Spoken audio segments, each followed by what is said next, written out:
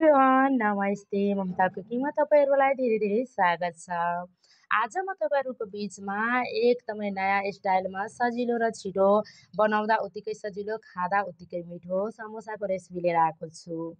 अब चाहिँ समोसा बनाउनको लागि सबैभन्दा पहिला हामीलाई इम्पोर्टेन्ट आलु नै चाहिन्छ र आलु र मैदा।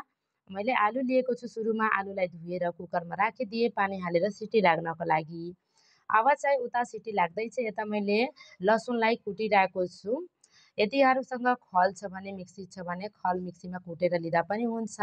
मैले आज सिलौटामा यसलाई थिचेर लिइरहेको छु किनकि सिलौटामा पिनेरको मसाला र थिचेको अदुवा, लसुनहरू एकदमै स्वादिलो र मिठो बनेर तयार हुन्छ त्यो रेसिपी। त्यही भएर मैले आज सिलौटामा कुटेर देखाइरहेको छु। यसै गरी अब लसुन, अदुवा थिचे, जिरा मरिच र गरम मसाला, टिमुर पनि लिएको छु। टिमुर चाहिँ नछुटाउनु होला। टिमुर कम्तीमा 2 दाना हाल्यो भने पुग्छ र 2 दाना हालिदियो भने एकदमै मिठो हुन्छ। अब चाहिँ गरम मसालालाई पनि पिसेर तयार पारिसकेको छु। धेरै नै रिक्वेस्ट गर्नुभएको थियो साथीहरूले कि प्लिज समोसा हाल्नु, समोसाको रेसिपी कहिले हाल्नुहुन्छ अस्तिदेखि। तर मैले कामले गर्दा भ्याइरहेको थिएन, त्यसको लागि सरी। र आज मैले समोसाको रेसिपी हालिरहेको छु।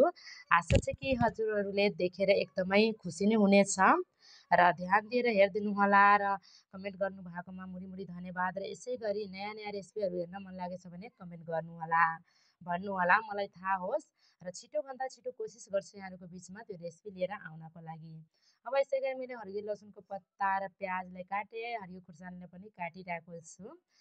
किनकि नानी बाबु यस्तो समोसा यस्तो स्टाइलमा बनायो भने एकदमै खुसी हुन्छ र खास गरी मैले आफ्नो बाबुको लागि बनाइरहेको छु, त्यही भएर धेरै खुर्सानी हालेको छैन। अब चाहिँ यता सिटी पनि लागिसके आलुको र मैले राखिदिएँ चिसो हुनको लागि। यता प्यान बसालेँ। अब तेल पनि तातो भइसकेको छ। यसमा मैले 5 फोरन फुराएँ र लगत्तै हरियो खुर्सानी पनि हालिदिएँ फुर्नको लागि। प्याज र हरियो लसुनको पत्ता, हुन त अहिले लसुनको सिजन पनि छ, खन्न बेला र पत्ता अहिले पाइरहेको छ र लसुनको पत्ता हालेर बनाउनुहुन्छ नि यति मिठो हुन्छ नि नसोचेको जति मिठो हुन्छ। अवश्य नि एकचोटि ट्राई गर्नुहोला र कमेन्टमा बताउनुहोला। अब चाहिँ यसमा धनिया पाउडर, हर्दी पाउडर, यसै गरी मैले स्वादअनुसार नुन र यहाँ खुर्सानीको धुलो पनि लिएको छु। अब चाहिँ सबैलाई नुनहरू हालेर राखिदिएँ चलाएर। उता भुट्दैछ मसालाहरू, ताले यता सिटी गइसकेको छ प्रेसर कुकरको। अब चाहिँ आलुलाई मैले निकालिरहेको छु चिम्टीको सहायताले। अब सबै आलुलाई मैले निकालेर पानीमा राखिदिएँ किनकि हल्का मनतातो छ आलु, त्यही भएर चिसो होस्, छिल्न सजिलो होस्, नपोलोस् भनेर। अब चाहिँ सबै आलुलाई मैले छिलेर हल्का हातले, दुईटै हातको सहायताले दबाई मैले राखिसकेको छु। अब यसलाई चोखा बनाउनु तर्फ जाउँ है त। चोखा बनाउन ध्यान दिने महत्त्वपूर्ण कुरा के छ कि मसिनो गरेर चोखा बनाउनु हुँदैन। हल्का डल्लो हुनुपर्छ समोसाको लागि। अब चाहिँ यता प्याजहरू जुन राखेको त्यो भुट्नलाई प्यानमा भुटेर तयार भइसकेको छ। अब यसमा मैले जुन आलुको चोखा बनाएँ त्यो चोखा हालेर अब चलाउँदै यसलाई फ्राई गरिरहेको छु। जति राम्रोसँग फ्राई गर्नुहुन्छ नि उत्तिकै मिठो बनेर तयार हुन्छ समोसा। अब चाहिँ यो आलुको चोखा फ्राई भइसकेको छ र मैले हातमा राखेर हत्केलाले दबाई तयार पारिरहेको छु। यो किन बनाउँदै होला लाग्दै होला मनमा, ध्यान दिएर भिडियो नछुटाइकन हेर्नुहोला र थाहा भइहाल्छ नि मैले किन बनाएको यस्तो।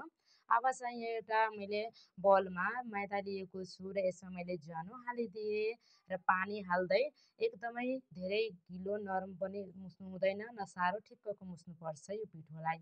यतिको मैले पिठो चाहिँ मुसिसकेको छु र चक्लामा सुक्खा मैदा लगाएर यसलाई बेलिसकेको छु। अब बेलेर तयार भइसकेको छ। अब हेर्नु त, अब चक्कुले मैले काटिरहेको छु। यो किन काट्दै होला लाग्दै होला, यो डिजाइन बनाउनको लागि मैले बिस्तारै यसलाई काट्दै जानुपर्ने हुन्छ।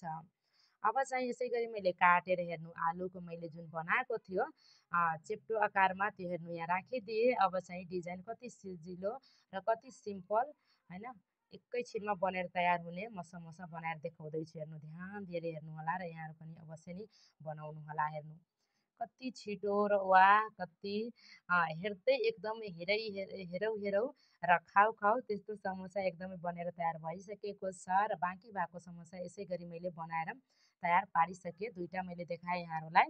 अब यहाँ कराही तातो भइसकेको छ र मैले यसमा तेल हालिरहेको छु र अब ताल्न बेलामा ध्यान दिने महत्त्वपूर्ण कुरा के छ कि सुरुमा तेललाई तताउने र पकाउन बेलामा ग्यासलाई एकदमै सानो पारिदिने, नत्र समोसा राम्रोसँग पाक्दैन, बाहिर चाहिँ डढ्ने र भित्र काँचै बस्छ। अब चाहिँ हेर्नु समोसा पाकेर तयार भइसकेको छ। मैले बटुकोमा हालेर देखाइरहेको छु। हेर्दै खाउ-खाउ भएको छैन र? कस्तो लाग्यो? आशा छ कि मन पर्यो होला। मन परेकोमा लाइक, सेयर, कमेन्ट गर्न नबिर्सिनु होला। यदि सब्सक्राइब गर्नुभएको छैन भने प्लिज सब्सक्राइब गरेर भिडियोलाई सेयर गरिदिनु होला। हस् त अन्तिमसम्म भिडियो हेरेर साथ दिनुभएकोमा